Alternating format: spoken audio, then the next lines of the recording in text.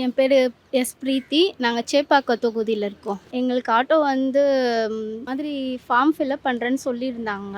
அது மூலியமா நாங்க வந்தோம். எழுதி போட்டோம் நாங்க. அதனால ஆட்டோ கிடைச்சது எங்களுக்கு. ஹஸ்பண்ட் வந்து வெளி ஆட்டோ ஓட்டுறாங்க. அது மூலியமா எங்களுக்கு வருமானம் இல்ல.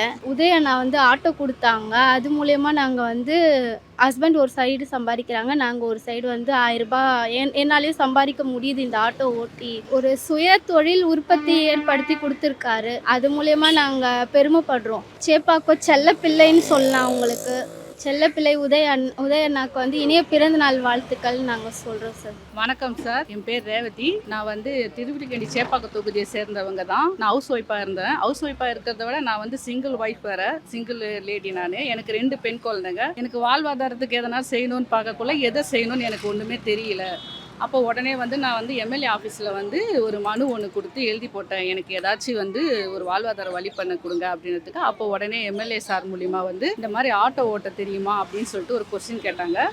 எனக்கு தெரியாது சார். நான் அதுக்கு முறையாக எனக்கு 3 மாதம் ட்ரைனிங் கொடுத்து அதுக்கு பிறகு எனக்கு வந்து அவங்க மூலியமாகவே எனக்கு மானியத்துடன் சேர்ந்த 1 லட்ச ரூபாய் மானியத்துடன் சேர்ந்து எனக்கு ஒரு ஆட்டோவும் எனக்கு வந்து டெப்டி சிஎம் கையால் கொடுத்தாங்க. அது பிறகு இப்போ எனக்கு ஒரு அளவு பரவாயில்லை. என் 2 பெண் குழந்தைகளோட ஃபீஸுக்கும் அவர் எனக்கு ஏற்பாடு பண்ணி கொடுத்தாரு. இந்த ஆட்டோ வச்சு நான் இன்னைக்கு ஏதோ ஒரு அளவு என்னுடைய குடும்பத்தை பார்க்கறதுக்கு எனக்கு சுயமாக நிற்கிற அளவுக்கு எனக்கு ஒரு தன்னம்பிக்கை இருக்குது.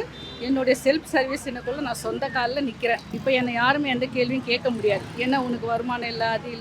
என்னுடைய கூட பிறந்தவங்களே என்னை வந்து பார்க்கறதுக்கு எனக்கு இது கிடையாது. நானாக தனியாக நின்று இன்னைக்கு என் பிள்ளைங்களையும் படிக்க வைக்கிறேன், என்னுடைய வருமானத்தை எடுத்துக்கிறேன். ஆனால் எனக்கு டெப்டி சிஎம் வந்து இதுக்கு மேலே நல்லா உதவி பண்ணி வச்சுக்கிறார். மீண்டும் மீண்டும் அவர் இந்த தொகுதிக்கு வரணும். அவர் தான் அடுத்த முதலமைச்சராகவும் வரணும். இது எங்கள் மனமார்ந்த நன்றி கேட்டுக்கிறேன். சேப்பாக்க செல்ல பிள்ளைனா எங்கள் உதயநிதி அண்ணா தான். ரொம்ப நன்றி. நான் பீச்சில் தான் நான் கடை போடுறேன். பீச்சில் வந்து எங்களுக்கு அந்தளவுக்கு போதியமான வருமானம் கிடையாது. இப்போ அது மெட்ரோ போட்டதால் சுத்தமாக எங்களுக்கு வருமானமே இல்லை. அதுக்கப்புறம் நான் வந்து இங்கே மனு போட்டதால் எனக்கு ஆட்டோ வாங்கி கொடுங்கன்னு சொல்லி கேட்டிருந்தேன். அதுக்கப்புறம் ஆஃபீஸில் வர வச்சு பேசி லைசன்ஸும் அவங்களே எடுத்து கொடுத்து எங்களுக்கு ₹1 செலவு இல்லாமல் அவங்க ஆட்டோ வாங்கி கொடுத்துட்டாங்கண்ணா. இப்போ பரவாயில்லண்ணா.